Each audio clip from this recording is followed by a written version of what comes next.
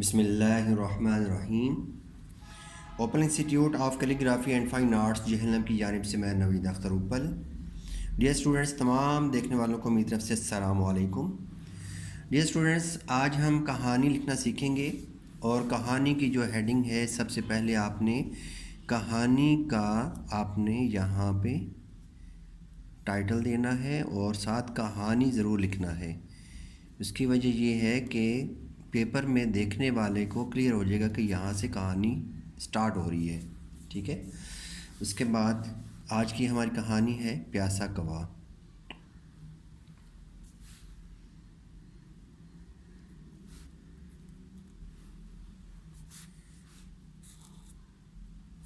प्यासा कौवा। Dear students, मैं आपको ये पहले बताना ज़रूरी समझूंगा कि ये जो मैंने कहानी लिखी है या लिखने जा रहा हूँ, तो ये अगर आप गौर से देख लेते हैं और इसको आप इसके मुताबिक प्रैक्टिस कर लेते हैं तो आपकी सारी की सारी राइटिंग जो कि उर्दू की हैंड राइटिंग है वो आपकी ठीक हो जाएगी। तो गौर से देखिएगा, इसमें तमाम राइटिंग के जो इश्यूज़ हैं वो हल हो जाएंगे। तो सबसे पहले हमने जो पैराग्राफ शुरू करना है, तो याद रखना है कि जो आपने हेडिंग दी है उसके बाद आप एक लाइन छोड़ देंगे ताकि नीचे जो आप पैराग्राफ स्टार्ट कर रहे हैं उसमें और जो ऊपर हेडिंग दी है उस दरमियान में थोड़ा सा स्पेस आना चाहिए, थोड़ा सा गैप आना चाहिए। तो इसके साथ से अगर हम स्टार्ट करेंगे तो साथ आपस में लफ्ज़ वो टकराएंगे, जुड़ेंगे, टच हो जाएंगे तो वो अच्छा नहीं लगेगा। तो पहला जो आपने पैराग्राफ लिखना है या कोई भी पैराग्राफ, उसकी जो पहली लाइन है तो पहली लाइन को आपने मार्जिन लाइन से थोड़ा सा हटा के स्टार्ट करना है। तो अभी आइए हम स्टार्ट करते हैं। साथ साथ मैं इसको पढ़ता भी जाऊंगा। एक दफ़ा का ज़िक्र है कि एक जंगल में एक प्यासा कौवा पानी की। अब डियर स्टूडेंट्स, यहाँ पे तलाश नहीं लिखना, क्यों कि यहाँ पे बेशक आपको थोड़ी सी स्पेस नज़र आ रही है। स्टूडेंट्स की अक्सर जो मिस्टेक होती है देखने में आती है कि यहाँ पे थोड़ी सी जगह बची तो लफ्ज़ को लिखने की कोशिश करते हैं या पूरा करने की कोशिश करते हैं, जिसकी वजह से मार्जिन लाइन के साथ जुड़ जाता है, तो ये रॉन्ग है। इस साइड से आपका दाईं तरफ से जो लाइन के साथ साथ से जो है ना आपने स्टार्ट करना है और एंड से अगर कोई लाइन छोटी बड़ी हो भी जाती है तो खैर है। जैसे यहाँ पे मैंने थोड़ा सा स्पेस छोड़ दिया है, ज़रूरी नहीं कि आप यहाँ पे पूरा ही करें। तो इसको आगे लिख सकते हैं। पानी की तलाश में इधर उधर उड़ रहा था, उसे कहीं भी पानी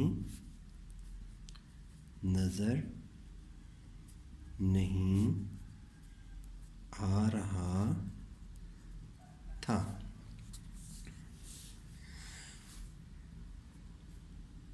उड़ते उड़ते अचानक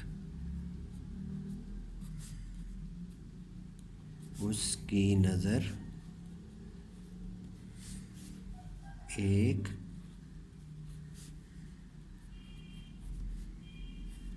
झोंपड़ी के सेहन में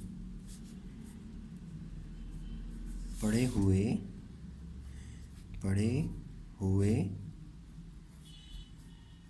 घड़े पर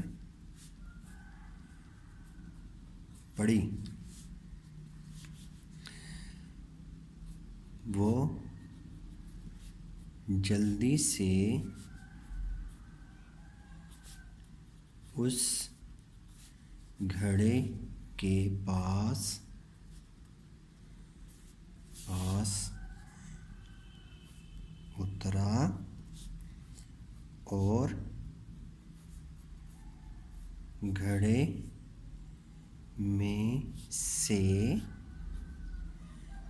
पानी पीने की कोशिश करने लगा।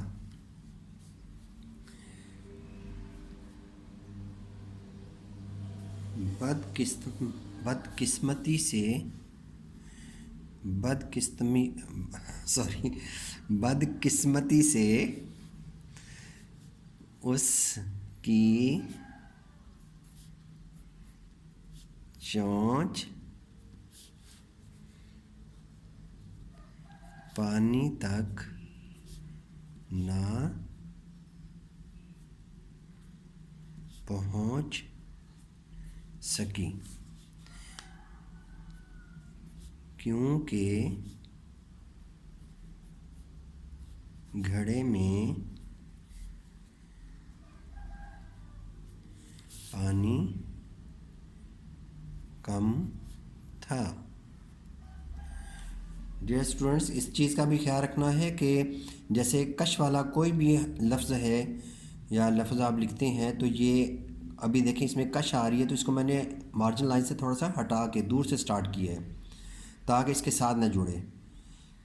और मार्जिन लाइन से कभी भी आपने कोई भी लफ्ज़ का कोई भी हिस्सा आपने टच नहीं होने देना। तो डियर स्टूडेंट्स, अब जब आप दूसरा पैराग्राफ स्टार्ट करेंगे तो फिर आपने एक पैराग्राफ लिखने के बाद एक लाइन छोड़ देनी है। इसके साथ से ही हम स्टार्ट नहीं करेंगे, क्योंकि जिस तरह लफ्ज़ों के बीच में स्पेस होती है इसी तरह हर पैराग्राफ के दरमियान में भी स्पेस होनी चाहिए। यानी कि ये आप दूसरा पैराग्राफ है तो यहाँ पे एक लाइन छोड़ के लिखेंगे ताकि पता चल जाए कि यहाँ से नया पैराग्राफ शुरू हुआ है। उसने पानी पीने का मजबूत इरादा कर लिया हुआ था, क्योंकि वो जानता था कि घड़े में पानी मौजूद है। अब उसने पानी को हासिल करने के मुतालिक मुख्तलिफ तरकीब सोचना शुरू कर दी। चूँकि कौवा बहुत ज़हीन था, इसलिए उसके दिमाग में एक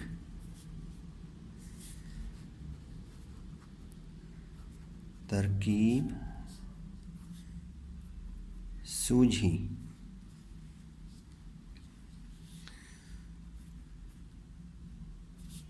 उसने फ़ौरन ही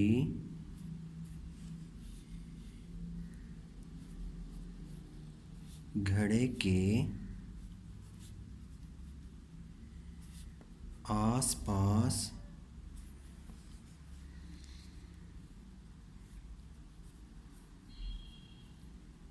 कंकरियाँ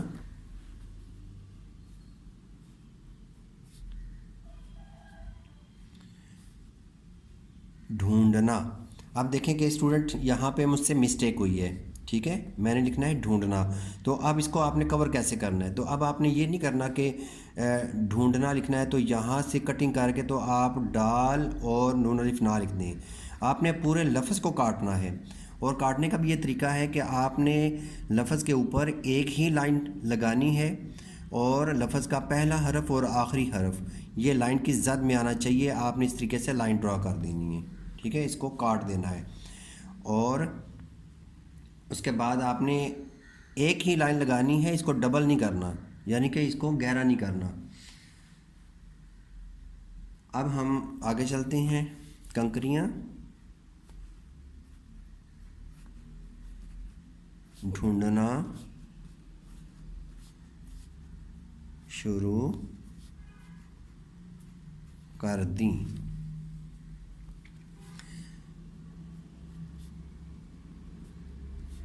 खुश किस्मती से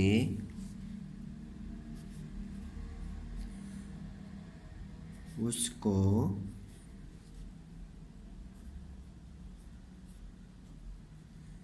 कंकरियाँ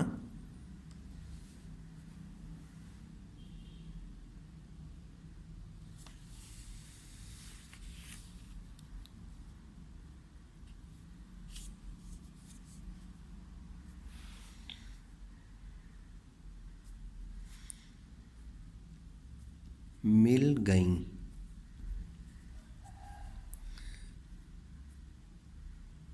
उसने एक एक करके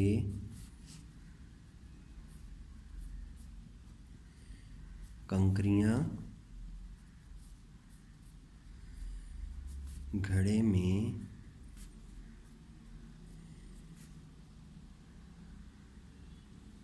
डाली और पानी ऊपर आ गया।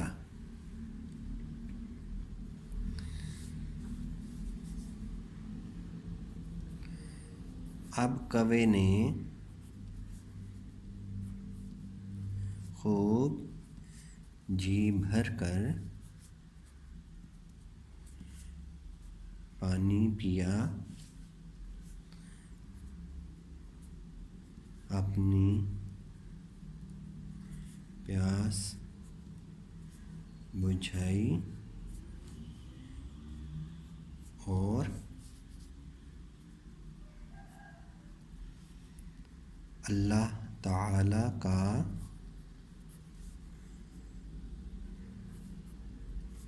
शुक्र अदा किया और अपने घर वापस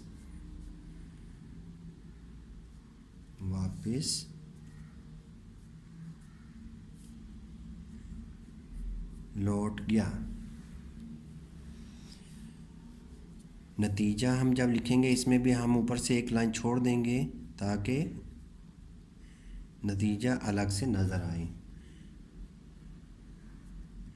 मेहनत का फल ज़रूर मिलता है।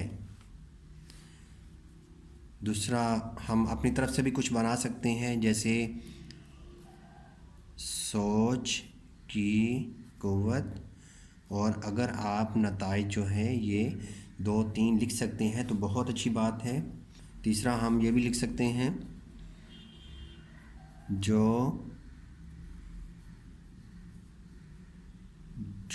अपनी मदद आप करते हैं, अल्लाह उनकी मदद फरमाते हैं। तो ये थी डियर स्टूडेंट्स आज की हमारी कहानी प्यासा कौवा।